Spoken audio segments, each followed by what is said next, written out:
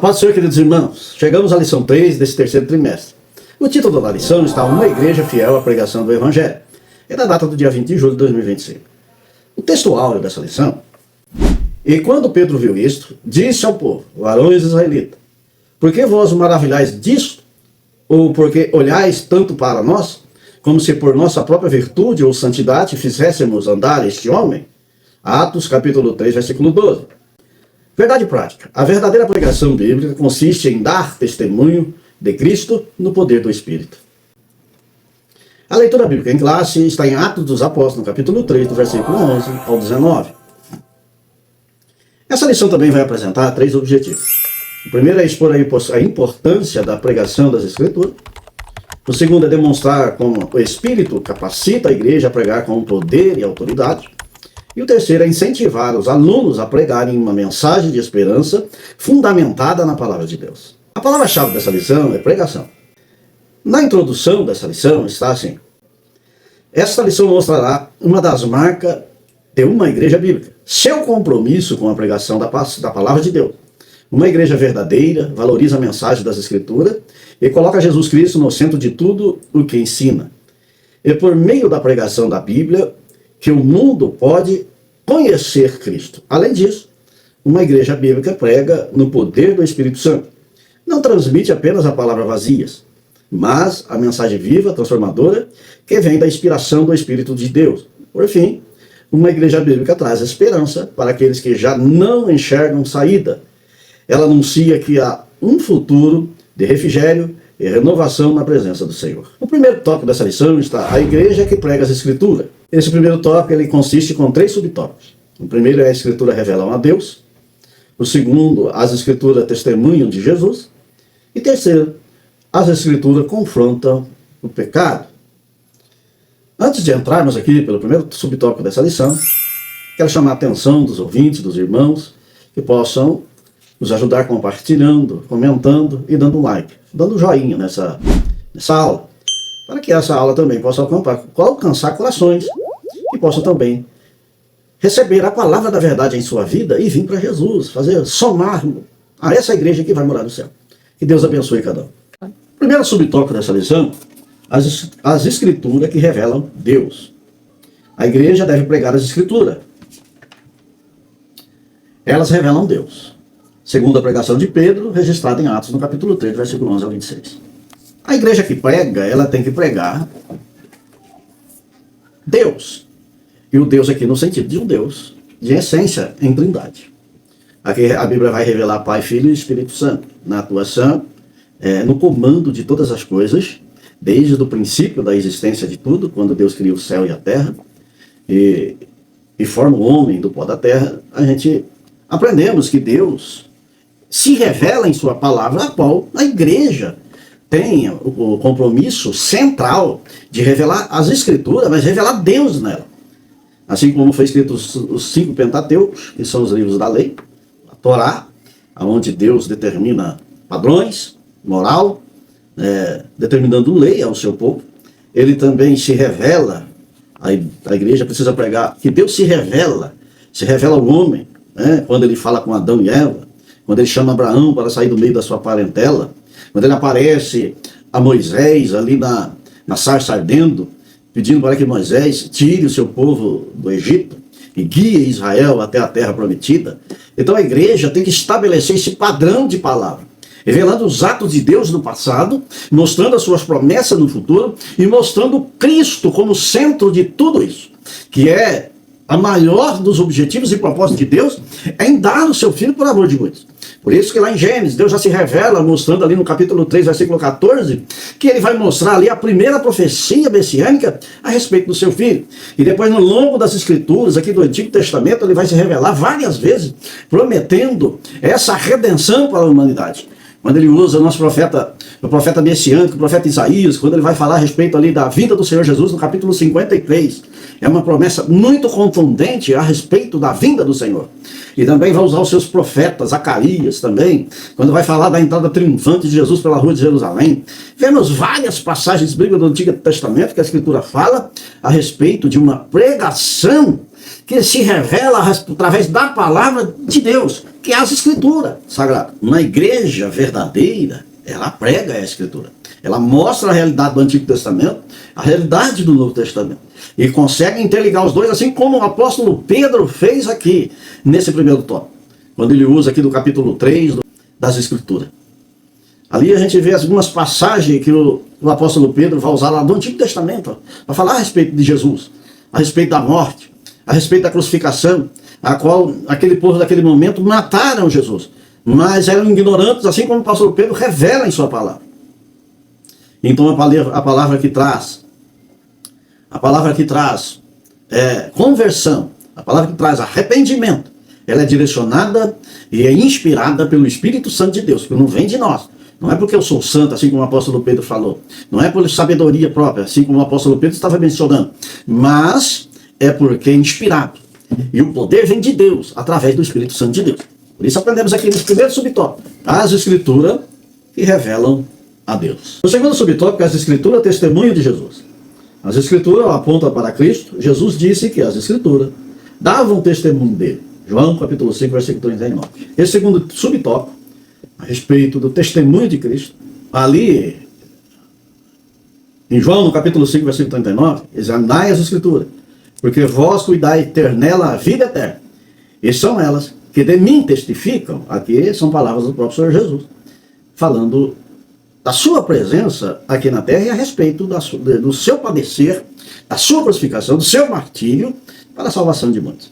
Aqui é uma palavra usada pelo apóstolo Paulo, ali no capítulo 3, versículo 18, de Atos dos Apóstolos, que está na leitura bíblica em classe, que está assim: mas Deus assim cumpriu o que já dantes, pela boca de todos os seus profetas, havia anunciado, que o Cristo havia de padecer. Esse testemunho claro pelos profetas, assim como Isaías 53, que já anunciava a respeito desse padecimento de Cristo, levando os nossos pecados, as nossas dores até o alto do Calvário, para pagar o que o homem não poderia pagar, mas que Cristo, que é o verdadeiro mediador entre Deus e os homens, que poderia pagar o preço que havia de padecer para resgatar a muitos, ou toda a humanidade, tantos que estavam presentes, quantos já tinham morrido no passado, e todos que iam surgir até a consumação do século. Então aqui o apóstolo Pedro, no capítulo 3, está anunciando isso. E as Escrituras testemunham disso, que nem lá em Lucas, no capítulo 24, versículo 27, e começando por Moisés e por todos os profetas, explicaram-lhe o que dele se achava em todas as Escrituras. Após a ressurreição, Jesus mostra que todas as Escrituras apontavam para ele. Então aqui é uma anunciação da palavra de Deus, falando a respeito de Cristo, de todas as coisas que havia de acontecer. Desde a sua aparição, desde o seu surgimento, desde o seu nascimento, até seu ministério, até cumprir todo o seu ministério, até cumprir o propósito de Deus no alto do Calvário. Em Gálatas, no capítulo 4, versículo 4, diz assim: vindo, porém, a plenitude do tempo, Deus enviou seu Filho, nascido de mulher, nascido sob a lei. Então você vê que a Bíblia faz referência de Jesus, e aqui ele mostra até uma mudança de calendário. Jesus aqui começa uma nova era. Então a Escritura já testemunha de tudo isso, a respeito de Cristo. Vê que a Bíblia fala em Gênesis 3:15, a promessa da vinda do Messias. Isaías 7:14, ali também a Bíblia faz uma referência de testemunho a respeito do surgimento de Cristo na humanidade. Eis que a Virgem conceberá e dará à luz a um filho, o seu nome será Emanuel. Isaías 53, o capítulo inteiro de 53 fala a respeito dessa missão, desse projeto de Deus para resgate da humanidade.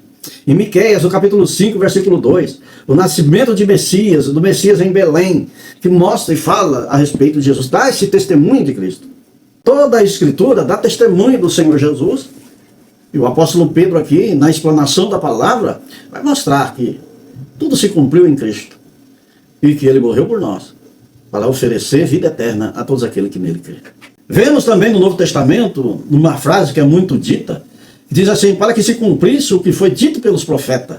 Aí você vai enxergar isso em Mateus 1:22, 2:15, 4:14, em muitos outros lugares, que vê e testemunha a respeito da promessa de Jesus no Antigo Testamento, do cumprimento aqui no Novo Testamento, e a salvação redentora cumprida em todo esse propósito. Por isso estamos aqui falando do mesmo Senhor Jesus, dando o mesmo testemunho, para que as pessoas possam também entrar pelo caminho que é Cristo, que é Ele que leva a vida eterna. Terceiro subtópico da lição está assim: as Escrituras confrontam o pecado. A verdadeira pregação também mostra o problema do pecado e o confronto. No texto citado, Pedro usa o termo grego metanoia, traduzido aqui como arrependei-vos. Essa palavra, além do já conhecido sentido de arrependimento, significa também mudança de mente e mudança interior. É esse versículo 19 dos Atos dos Apóstolos, que está assim: arrependei-vos, pois, e convertei-vos, para que sejam apagados os vossos pecados, e venha assim o tempo do refrigério pela presença do Senhor.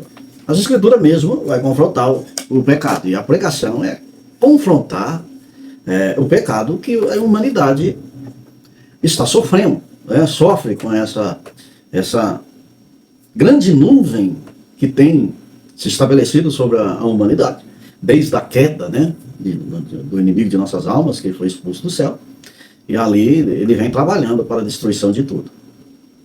E a maior obra-prima de Deus é o ser humano. O ser humano é a obra-prima. Foi feito segundo a imagem e semelhança de Deus. Há uma atuação da presença de Deus, do Deus vindo na formação do homem. E houve ali o sopro de vida. E o inimigo vem tentando, desde o Jardim do Éden, destruir toda essa criação de Deus perfeita. Por isso que Deus vai dizer que se comer desse fruto, certamente morrerá. E aqui nasce o pecado quando o homem peca ali. E a Bíblia vem confrontando contra essa forma de desvio da presença de Deus. E o pecado é desviar de Deus, é errar o alvo. Isso é o pecado. Você errou o alvo. O alvo aqui é Cristo. E quando peca, você erra o alvo. Então a Bíblia vem confrontar a respeito dessas coisas, que está na atuação da natureza humana, da parte carnal humana. Por isso que Jesus vai dizer assim, que aquele que quer vir após mim, negue-se a si mesmo, tome a sua cruz cada dia e siga-me. Porque a necessidade aqui é tirar a corrupção que há dentro do nosso coração e deixar formar dentro de nós um espírito novo. Que o espírito e um fruto nasça dentro do nosso coração e se forma para que tenha uma santidade a qual essa alcance a ver a Deus no futuro. Porque a Bíblia diz que sem a santidade ninguém verá a Deus. E o pecado aqui é o oposto da santidade. Lá em Romanos, no capítulo 3, versículo 20, a Bíblia fala que pela lei veio o pleno conhecimento do pecado. Então, quando a lei foi entregue a Moisés, ali no Monte Sinai, que o povo passou a conhecer toda a fraqueza humana, todo o pecado que estava entre os humanos, entre o ser humano, na qual Deus vai estabelecer uma lei, para que essa lei tinha que ser seguida à risca, que não podia ser quebrada, porque se quebrasse essa lei, havia sentença sobre a quebra da lei. E muitas dessas sentenças, às vezes, era a própria morte. Morte por apedrejamento, porque havia pecado contra Deus. Tinha transgredido a lei de Deus. E a Bíblia confronta o pecado através da lei. Lá em Êxodo 20, os 10 mandamentos mostram o padrão de Deus. E revela o que é errado diante dele. Por isso os 10 mandamentos. O próprio Senhor Jesus vai mostrar alguns desses mandamentos da lei, ali no Sermão da Montanha, quando ele vai citar algum dos mandamentos, e depois vai aprofundá-lo. Porque eles não cometiam tal pecado no Antigo Testamento com medo do apedrejamento. Mas o coração estava cheio. Por isso que Jesus vai dizer assim: se tu somente olhar por uma mulher e desejar, já cometeu adultério com ela. Jesus agora vai pegar essa lei que é visível e transformar ela em invisível. Porque ele vai olhar lá para dentro do coração do ser humano, aonde forma a intenção do pecado. E ali ele já está julgando e confrontando esse pecado que está no ser humano. Ele não cometia porque, se fosse pego, era apedrejado e morto. Mas aqui ele não comete por causa da lei, mas a intenção Jesus julga.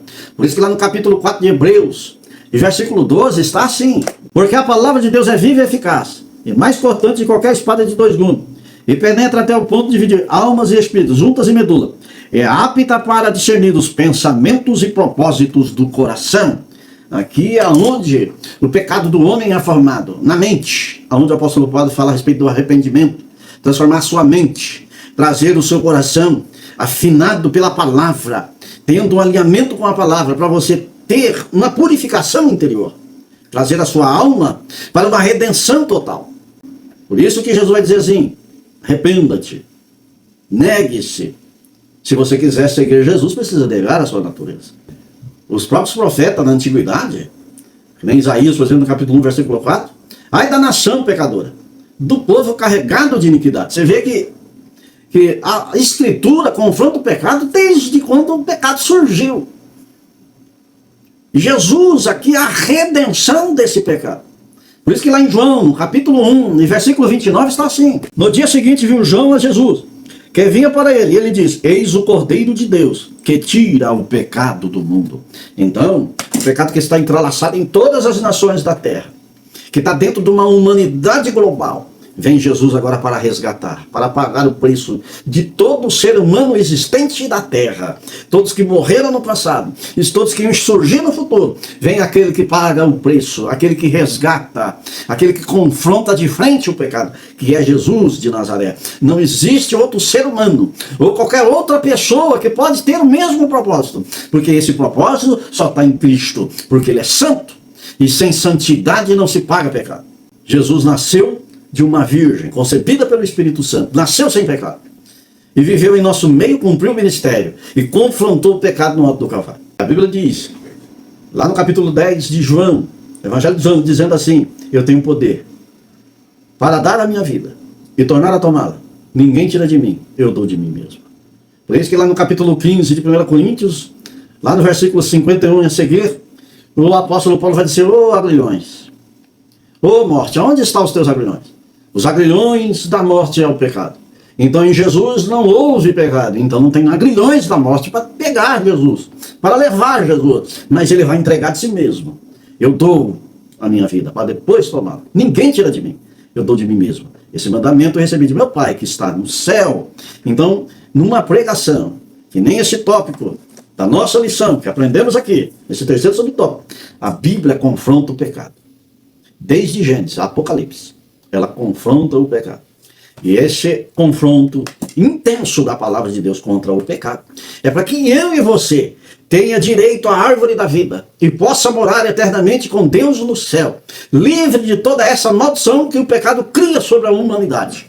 E não existe outro meio de chegar a Deus a não ser for por Cristo. Por isso que lá no capítulo 14, versículo 6 vai dizer, eu sou o caminho, a verdade e a vida. Ninguém vem ao Pai se não for por mim. Então aprendemos aqui que para ter vida, precisa entrar pelo caminho. O caminho aqui é de renúncia, combater e confrontar o pecado que está em mim e que está em vós. Para que um dia possamos estar todos juntos, unidos com Deus. Por isso, várias passagens aqui no Novo Testamento aprendemos a respeito de Jesus confrontando o pecado. E lá em João capítulo 8, versículo 11. Vai e não peques mais. Mateus 23, Jesus denuncia a hipocrisia dos fariseus como veemência. Ele vai de frente, bate de frente contra todos eles, combatendo o pecado, confrontando, para que o povo aprenda com ele. Por isso que no capítulo 11 ele vai dizer assim, aprendei de mim que sou manso e humilde de coração, e encontrarei descanso para as vossas almas. Aprendemos aqui nesse subtópico que o pecado que as escrituras combatem, ele não é só um ato externo, mas interno, que nasce no coração.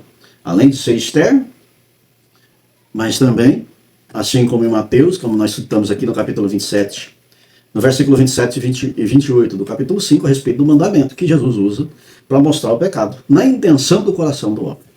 Então isso que devemos confrontar. Por isso que Jesus vai dizer assim, renuncia a si mesmo. Toma a sua cruz cada dia e siga-me. Então, o segundo tópico da lição, a igreja que prega no poder do Espírito Santo. Também tem três subtópicos. O primeiro é o Espírito que capacita o mensageiro. O segundo, fixar os olhos. E o terceiro, o Espírito glorificará Jesus. O primeiro subtópico aqui, o Espírito capacita o mensageiro. Não podemos nos esquecer de que Pedro estava cheio do Espírito Santo quando pregou a mensagem registrada em Atos, capítulo 3. Isso fica evidente no uso do verbo grego atenizó, traduzido como fixar os olhos. Entendemos aqui nessa lição, nesse tópico, nesse subtópico, a respeito da pregação cheia do Espírito Santo. O nosso comentarista usa aqui a passagem que está em Atos dos Apóstolos, capítulo 3, e versículo 4, e vai traduzir essa palavra fixar os olhos do grego, né?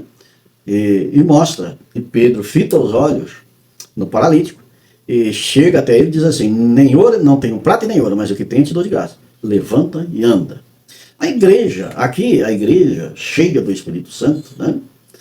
Segundo que Atos do capítulo 2 e do versículo 1 ao 4, que mostra o revestimento de poder, que foi a igreja toda revestida, da onde o apóstolo Pedro estava presente, aonde toma a palavra cheio do Espírito Santo. Aqui são as evidências do poder de Deus caminhando com João e com Pedro. Os dois juntos ali, mas pregando e fazendo sinais de maravilha e operação de milagres através do poder do Espírito Santo.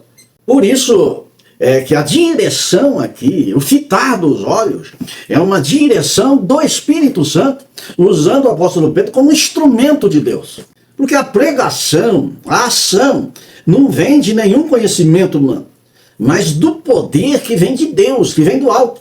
Por isso que lá em Atos, no capítulo 1 e versículo 8, a qual nós aprendemos aqui, que diz assim: mas recebereis poder ao descer sobre vós o Espírito Santo, e sereis as minhas testemunhas, tanto em Jerusalém como em Samaria, até os confins da terra. Então você vê que o poder vem do céu. Desce, o Espírito Santo foi soprado como um vento veemente, e toda a sala, toda onde eles estavam assentados, foram cheios do Espírito Santo, cheios de poder. E passaram a andar como testemunha desse evangelho dentro desse poder que há em Deus. Lá em 1 Coríntios, no capítulo 2, e o versículo 4 e 5, diz assim: a minha palavra é a minha pregação, não consistiram em palavras persuasivas de sabedoria humana, mas em demonstração do Espírito e de poder de Deus. Você vê que essa promessa, essa ação de Deus na sua palavra, vem desde o Antigo Testamento, que vem lá em Êxodo, no capítulo 4, versículo 10 ao 12. Deus promete a Moisés: eu estarei na tua boca e te ensinarei o que deves falar. Então você vê a ação de Deus em todo o tempo. Aqui em Êxodo, no capítulo 4, versículo 10, está assim: então disse Moisés ao Senhor: ah, Senhor, eu nunca fui eloquente, nem outrora, nem depois que eu falasse a teu servo, pois sou pesado de boca e pesado de língua. Respondeu-lhe o Senhor: quem fez a boca do homem? Ou quem faz o mudo, ou o surdo, ou que vê o cego? Não sou eu, o Senhor? Vai, pois, agora, e eu serei com a tua boca, e te ensinarei o que há de falar. Então, aqui a ação é de Deus, aquela ação é do poder de Deus, é a ação do Espírito Santo que está em nosso meio, que opera tudo em todos. Vê lá em Jeremias, no capítulo 1, versículo 6 e 9, de 6 ao 9 está assim, versículo 6, então lhe disse: ah, Senhor Deus, eis que não sei falar, porque não passo de uma criança. Mas o Senhor me disse: não digas, não passo de uma criança, porque a todos a quem eu te enviar irás, e tudo quanto eu te mandar falar, tudo que eu te mandar falará.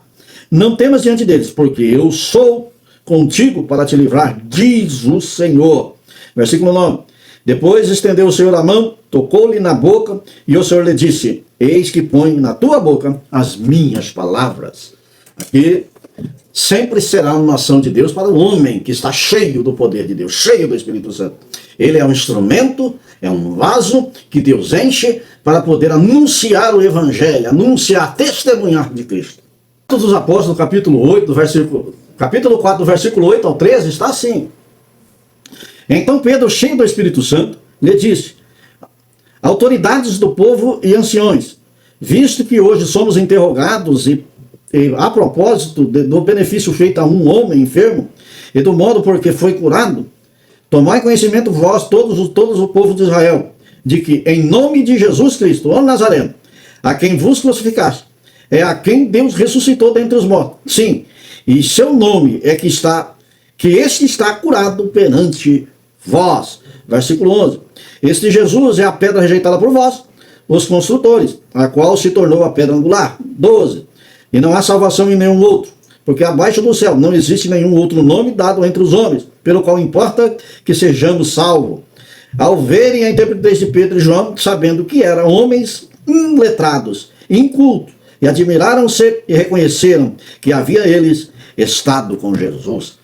Aqui você vê, dentro da palavra, da pregação do apóstolo Pedro, aqui no registro de Lucas, quando ele escreve esse capítulo 4, mostrando que Pedro era uma pessoa iletrada, inculta, não tinha muita sabedoria humana, mas estava cheio do poder do Espírito Santo para anunciar a palavra àqueles homens e mostrar a ação do Espírito Santo na cura daquele homem enfermo, daquele homem paralítico que trouxe ele a pular e saltar de alegria por ter recebido no poder do Espírito Santo a cura. Então vemos aqui Pedro fitando os olhos, vemos aqui uma ação do Espírito Santo, mostrando para Pedro uma ação que Deus ia realizar na vida daquele homem, e o nome de Deus seria glorificado através da cura daquele paralítico e através da vida de Pedro como um instrumento vivo do poder de Deus, em ação em nosso meio, no meio daquele povo de época. E esse mesmo poder, esse mesmo Espírito, ainda nos dias de hoje, inspira muitos homens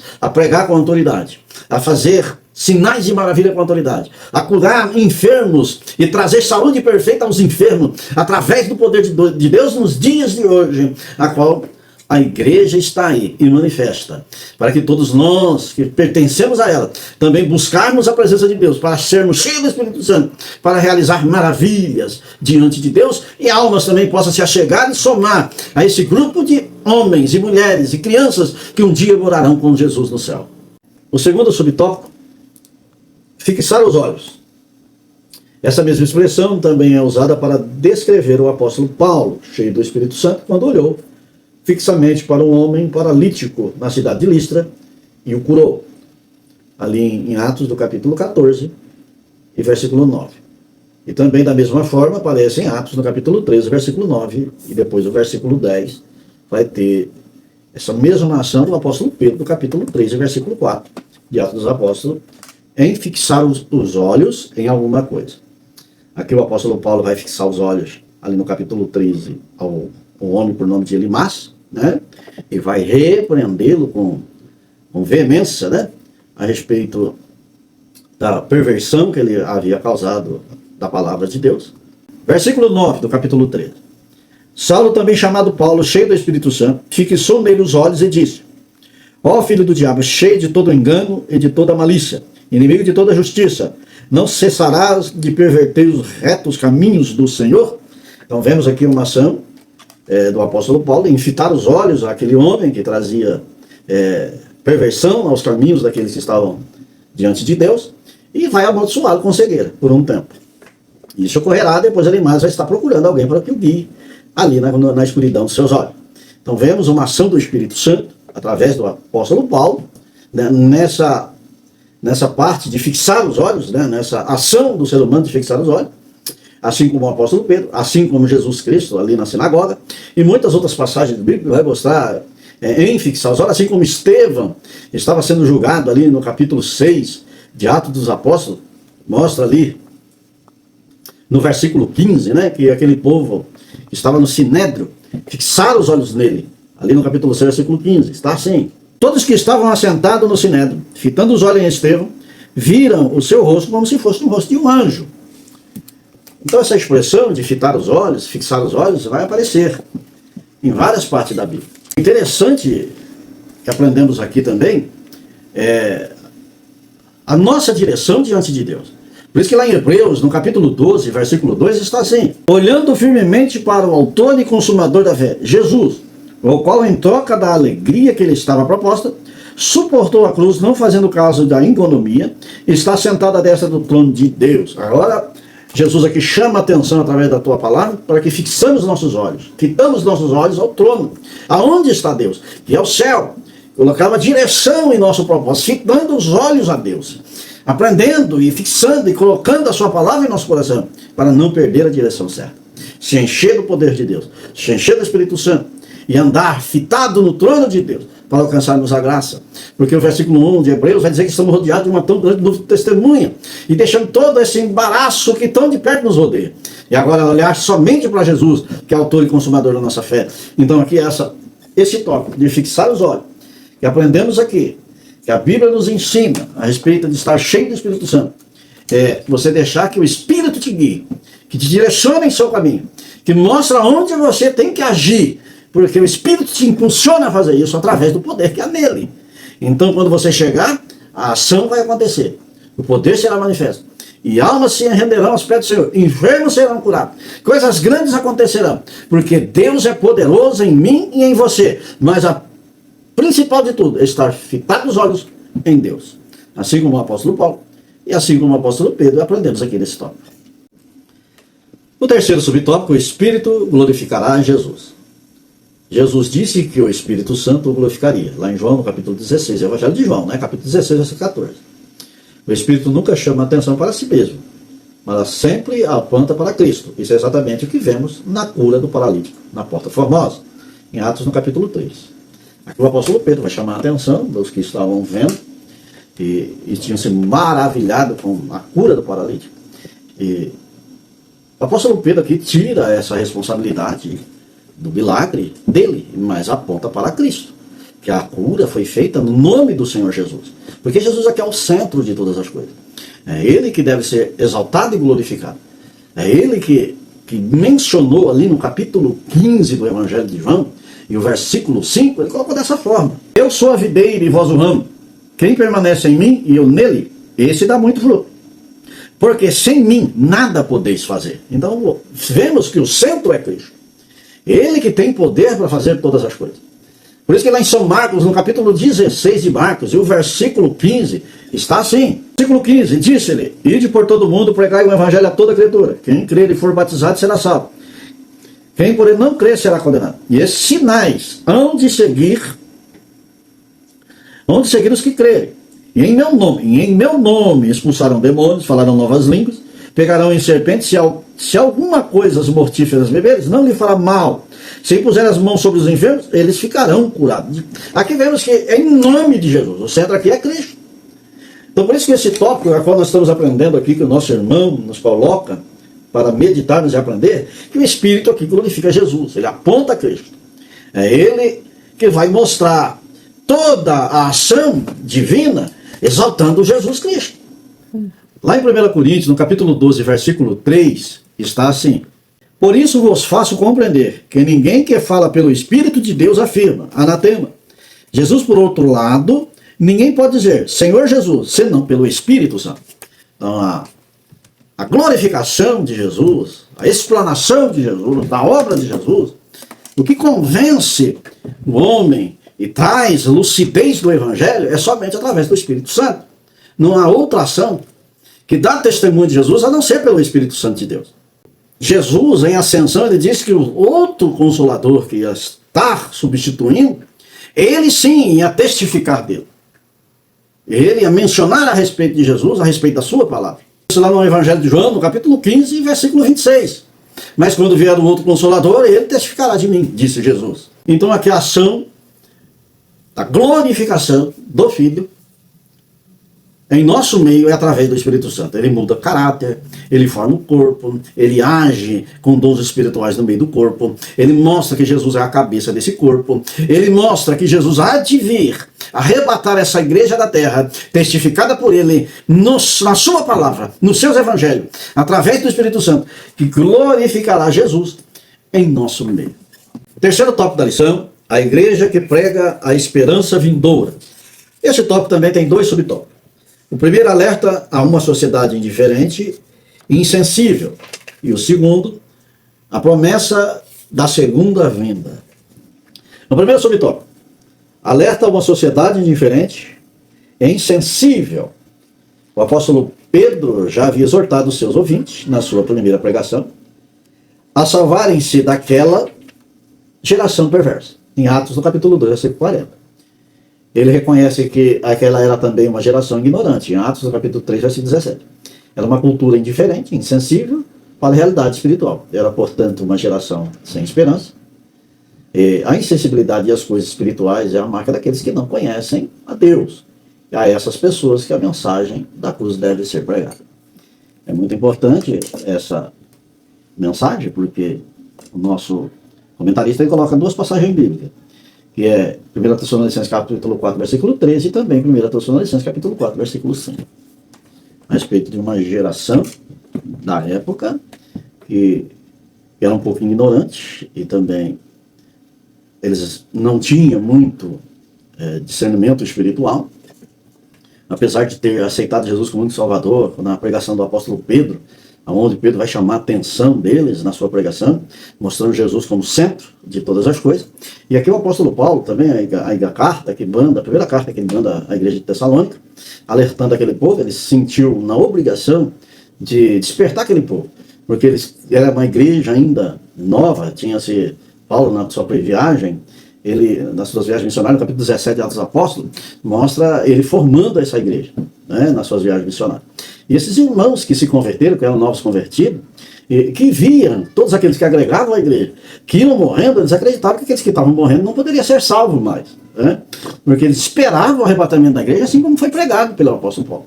Então a necessidade de alertar aquele povo a respeito dessa insensibilidade deles não ter, né, deles não ter essa visão, né, de futuro, que é a visão de Spurgeon, que promove uma esperança para o futuro, eles não tinham. Eles achavam que as coisas iriam acontecer no momento deles ali.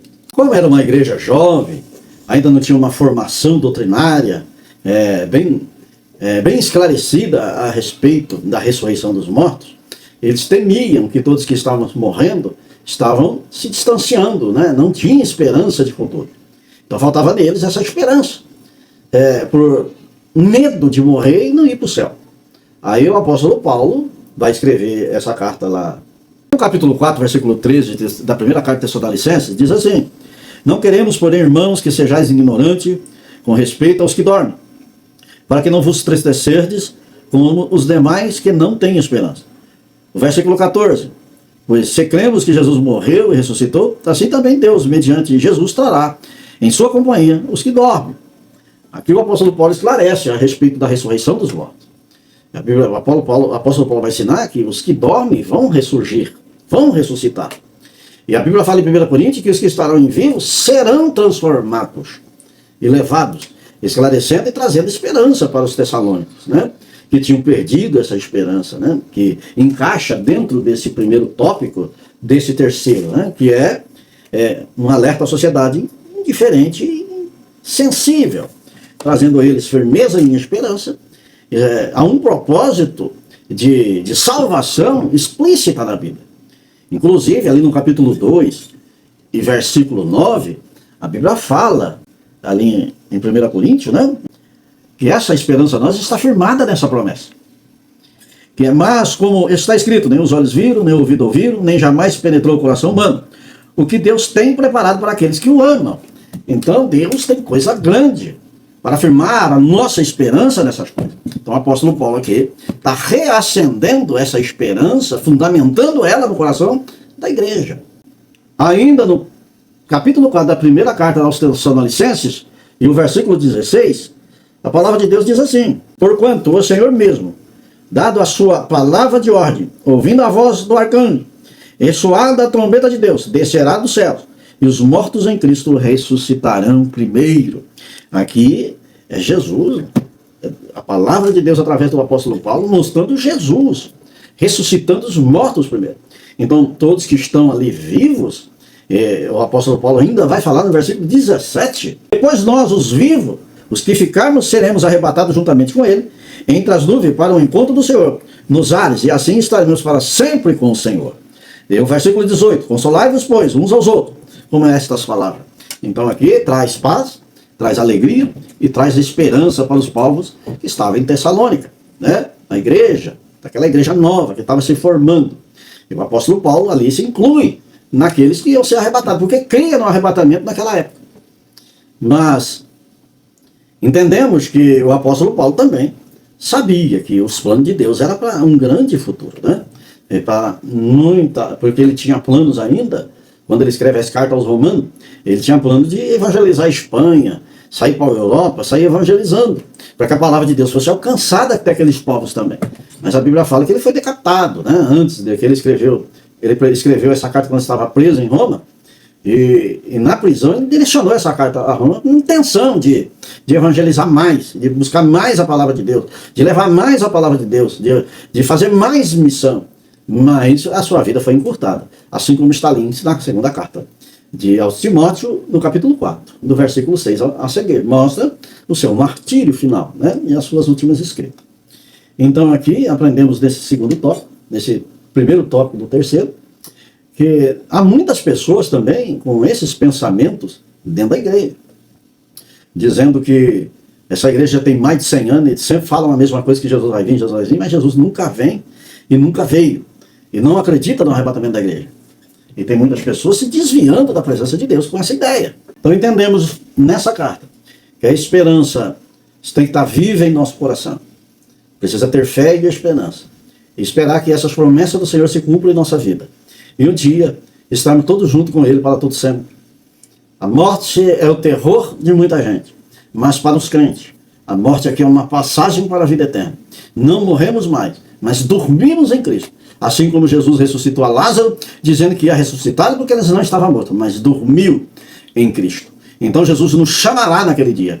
E aqueles que estiverem dormindo, né, ressurgirão e seguirão com ele, encontrar com ele nas nuvens. E nós que estaremos vivos, subiremos com eles também, para nos juntarmos a uma igreja que viverá todo sempre com Deus, em sua glória, vivendo as maravilhas e as bênçãos, livre de todas essas coisas do mundo, a qual é morte, é destruição, é mentira, é doença, é todo tipo de coisa que destrói a humanidade. E tirarmos nós desse contexto aqui e passar a viver num lugar que reflete uma eternidade para todos aqueles que amarem a vinda do Senhor.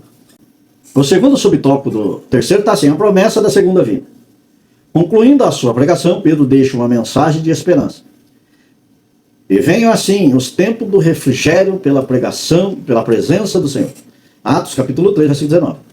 Por um lado, os ouvintes do apóstolo já podiam experimentar a bênção prometida a Abraão, que fora trazida por Jesus, o Messias. Essa bênção, portanto, já era uma realidade. Por outro lado, essas palavras de Pedro olham para o futuro, apontando para um refrigério dos últimos dias, que fora prometido a Israel. Trata-se de uma futura restauração de todas as coisas. A igreja, portanto, tem uma mensagem de esperança para aqueles que estão sem esperança.